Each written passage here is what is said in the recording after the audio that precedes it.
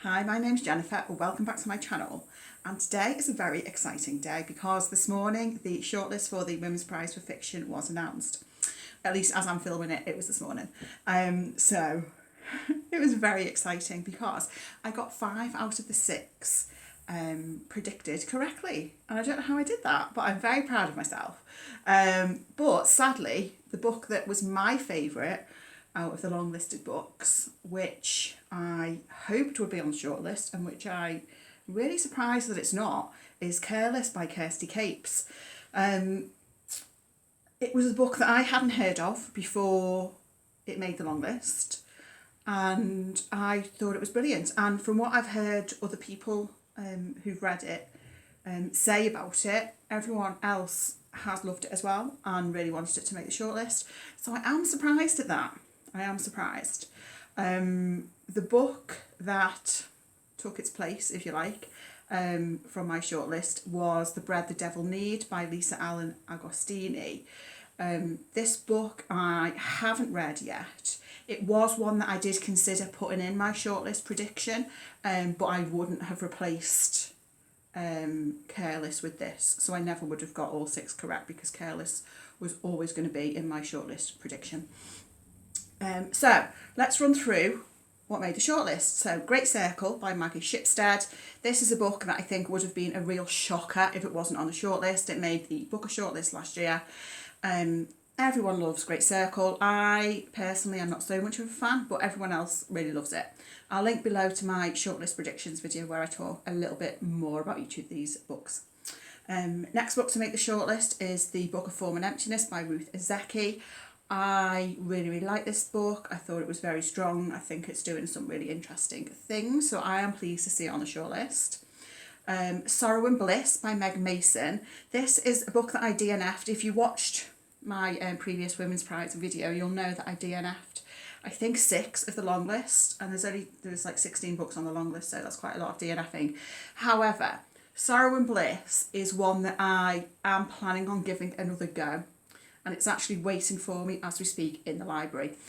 Now, I DNF Sorrow and Bliss, partly because I was getting a bit bored, but I do think my mood plays into my tolerance levels a lot, probably, so maybe on another day I would have pushed through.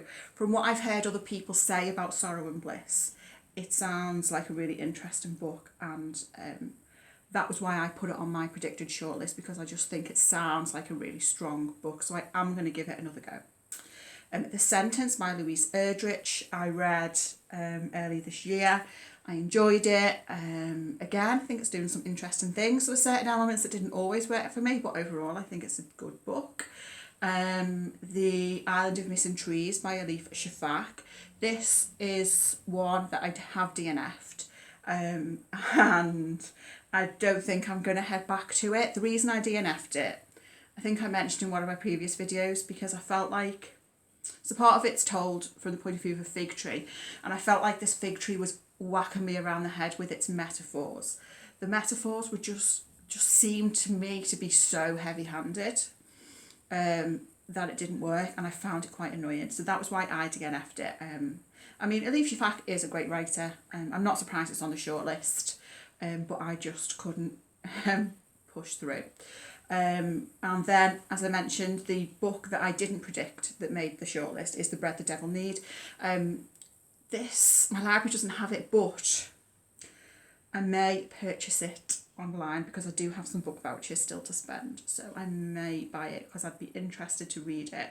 So The Bread the Devil Need, I understand, is set in Trinidad, and it follows I think 40-year-old woman who is in an abusive relationship, but I think to all sort of appearances she seems to be, successful at life, and I think she's got her own business and stuff like that, but she is in an abusive relationship. I think it looks at themes of gender violence and racism, and the reviews I've heard have been very, very good, so I am keen to pick that one up and give it a go. So yeah, I mean, for me it's a good shortlist, and I'm not that surprised, apart from obviously Careless not being on there. I mean, what is that about? I do hope people still pick up Careless, because I think Like, from what I've heard other people say, a lot of people hadn't heard of it before it made the long list. It prompted people to pick it up. All the reviews I've heard of it have been overwhelmingly positive. So I do hope people continue to pick it up even though it hasn't made the shortlist, because I absolutely think it would have been a deserving, deserving placeholder on the shortlist. And to be honest, I think it would have been a deserving winner as well. The winner is announced on the 15th of June.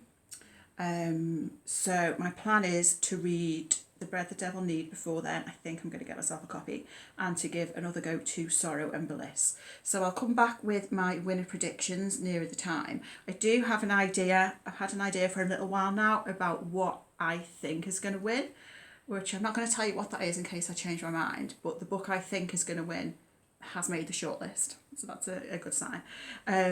So I'd be really interested. Let me know in the comments what you think of the shortlist. Are you pleased with it? Are there any books that you're surprised not on there? Any books that you're particularly keen to pick up? I'd love to know your thoughts. Thank you so much for watching, and I'll speak to you all again very soon. Bye.